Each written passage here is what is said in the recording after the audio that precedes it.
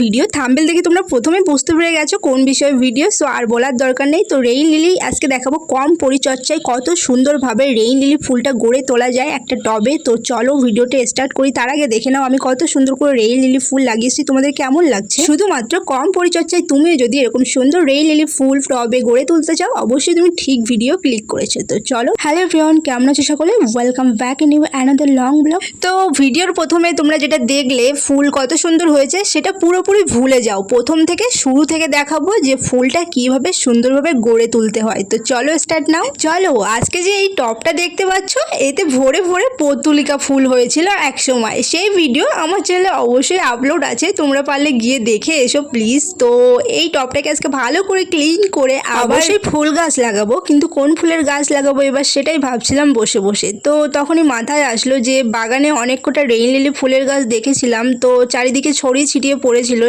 তখনই মাথায় এলো অন্য ফুল রুইয়ে আর কোনো কাজ নেই, এই রেইন লিলি ফুলের গাছগুলো সবকটাকে এক জায়গায় করে এই টবেই বসাবো। তার আগে টবটাকে ভালো করে পরিষ্কার করে নেব। এই টবটাতে ভরে ভরে একসময় পর্তুলিকার 4-5টা রকমের ভ্যারাইটিস কালারের ফুল হয়েছে, কিন্তু এখন আর ঠিক তেমন ফুল হয় না। 4-5 মাস আগে খুব সুন্দরভাবে ফুল ফুটতো, গাছগুলো অনেকটা ঝাঁকালো হয়ে যাওয়ার কারণে ফুল হয় না। তাই ভাবলাম আজকে সবকটাকে ধরে একসঙ্গে পুরো পরিষ্কার করে দেবো টবটা কেটে কেটে।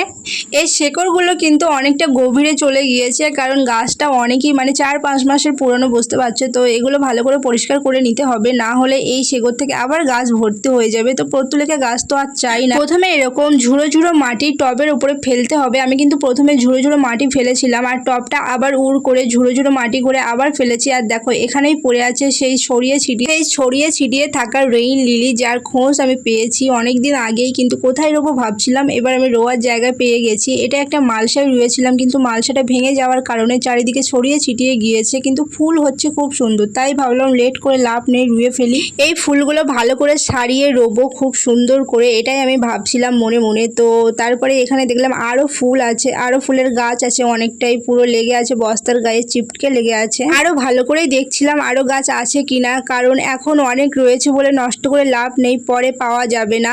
এখন নষ্ট করলে পরে পাবো না, এরকম কথা আছে। তো সেরকমই হবে, তো নষ্ট করে লাভ নেই, এখন আছে যখন রুয়ে ফেলি ভালো করে। চলো ঝপঝপ এই গাছগুলো নিয়ে চলে যাই। আমি আগেও দেখিয়েছি তোমাদের রেইন লিলির 5টা ভ্যারাইটিস কালার, তো তোমরা সেই ভিডিওটাও দেখতে পারো, আমার চ্যানেলে আপলোড আছে। চলো এই মালসা শুদ্ধ ধরে এবার নিয়ে চলে যাব। দেখো এই রেইন লিলি ফুলের কতটা শেকড় হয়েছে, পুরো ভরে ভরে শেকড় হয়েছে, কিন্তু এই শেকড় রেখে কোনো কাজ হবে না। তোমাদের যদি এরকম শেকড় হয়ে থাকে, তোমাদের বাড়িতে যদি গাছ থাকে আর এরকম শেকড় হলে তোমরা অবশ্যই কেটে ফেলে দেবে, কারণ এই শিকড়ে আর গাছ ভালো হবে না। আর তাই আমি ভাবছিলাম যে এই শিকড়গুলো কেটে ফেলে দেব। তো তখনই একটা একটা করে ছাড়াচ্ছিলাম, বেশ ভালো লাগছিল, কারণ পেঁয়াজের খোলার মতো তো, পেঁয়াজের কোয়া যেরকম ছাড়াই সেরকম পুরো ছাড়িয়ে যাচ্ছিল খুব সুন্দরভাবে, পুরো পেঁয়াজের খোলার মতো।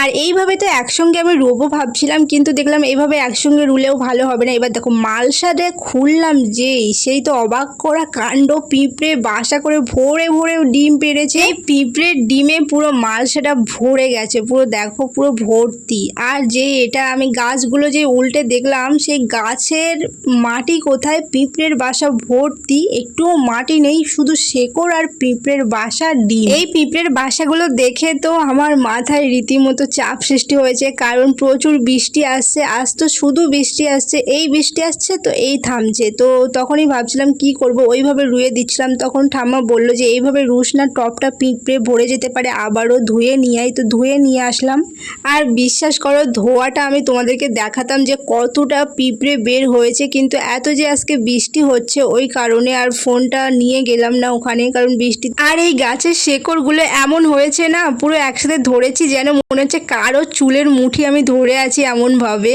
তো এবার এক মিডিলের করে কেটে নেব, পুরোটাই এক মিডিল করলে ভালো লাগে। আর এই রেইন লিলি ফুলগুলো না খুব সুন্দর হয়, কারণ একবার রুলে একটু একটু করে জল দিলে প্রতিদিন ওই 10-20 দিনের মাথায় প্রচুর ভরে ভরে ফুল হয়, তেমন কোনো চর্চা লাগে না বললেই চলে।